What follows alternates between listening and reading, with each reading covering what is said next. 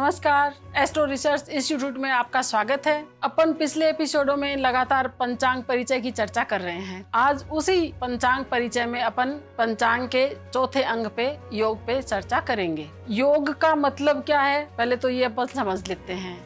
योग का अर्थ है जोड़। योग कोई पंचांग की अलग प्रक्रिया नहीं है। योग है सूर्य और चंद्रमा का आपस में जो सूर्य और चंद्रमा की जो गति होती है उसकी यात्रा का 13 अंश और 20 कला की दूरी जो होती है, उस दूरी की जो धुरी है उस पे जब 13 अंश 20 कला पे चलते हैं, उस दूरी को 800 कला का अंतर जब हो जाता है सूर्य और चंद्रमा में, उस अंतर को योग कहा जाता है। योग 27 तरह के होते हैं जो मैं आपको क्रमशः बता देती हूँ। विषकुंभ, प्रीति, आयुष्मान, सौभाग्य, शोभन, अतिगंड, शुकर्मा, धृति, शूल, गंड, वृद्धि, ध्रुव, व्याघ्रात, हर्षण, वज्र, सिद्धि, व्यतिपात, वरियान, परिघ, शिव, सिद्ध, साध्य, शुभ, शुक्ल, ब्रह्म, इंद्र और वैद्रित।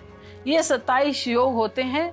ये अपने नाम के अनुरूप ही फल देते हैं। फिर से सुन लीजिएगा, चंद्रमा और सूर्य के बीच की जो गति है, धुरी है, वो 800 कला तब रहती है। उस नाम को योग नाम दिया गया है। योग कोई तारापिंड नहीं है, ये सूर्य और चंद्रमा के अंतर की गति का जो माप है उसको नाम दिया गया है कि ये योग है। योग 27 क्रमशः मैंने बताए हैं और इनका नाम यथा नाम तथा गुण है और ये नाम के अनुरूप ही अपना रिजल्ट देते हैं।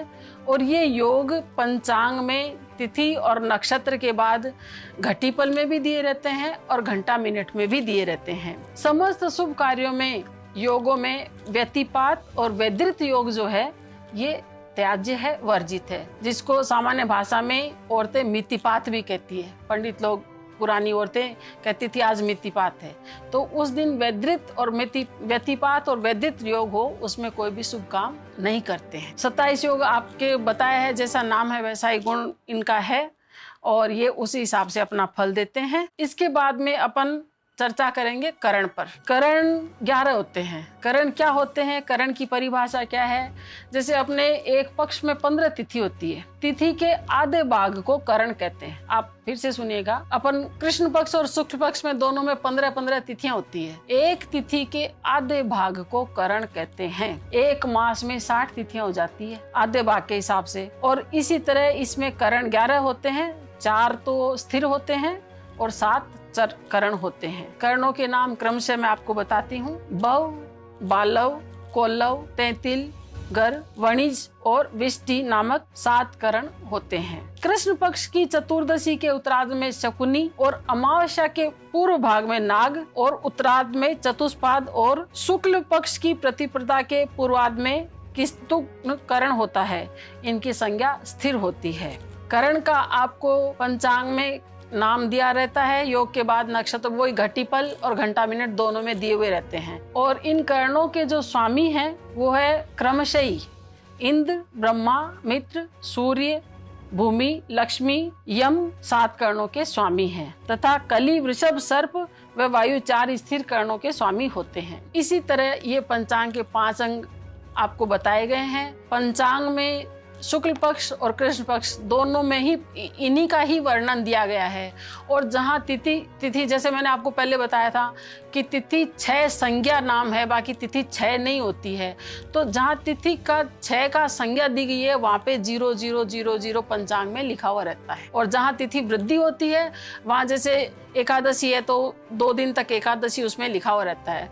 और एक तरफ तारीखें दी हुई रहती हैं अपने, जो अपनी भारतीय पंचांग से अंग्रेजी तारीखें बराबर मेल खाती हैं।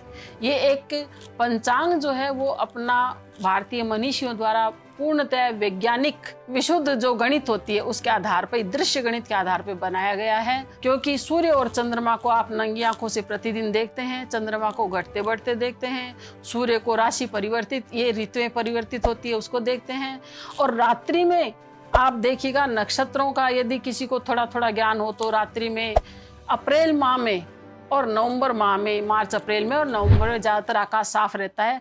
उस समय आपको कई ग्रह चमकीले दिखाई देते हैं, कई की चमक हल्की होती है, तो इधर गुरु का, शुक्र का उदय होना, अस्त होना, ये किस राशि में चल रहे हैं, ये पंचांग में जो नीचे कोष्टक बना के कुंडली सी दी हुई रहती है हर पखवाड़े की। तो कृष्ण पक्ष में भी 15 दिन की बाईं तरफ दी हुई रहती है, और 15 दिन में एक सप्ताह की तो बाईं तरफ दी हुई रहती है, और अगले सप्ताह की नीचे दाईं तरफ दी हुई रहती है। तो ये उस पखवाड़े की यानी 15 दिन की प्रतिपदा से पूर्णिमा तक की लेके ये कुंडलियां दी हुई रहती है। इनमें ग्रहों की चाल दी हुई रहती है कि कितनी राशि, कितनी अंश तक एक ग्रह चलता है। और चंद्रमा का पंचांग में ऊपरी राशियों का बदलना देता है। 2.25 दिन में चंद्रमा एक राशि पार कर जाता है।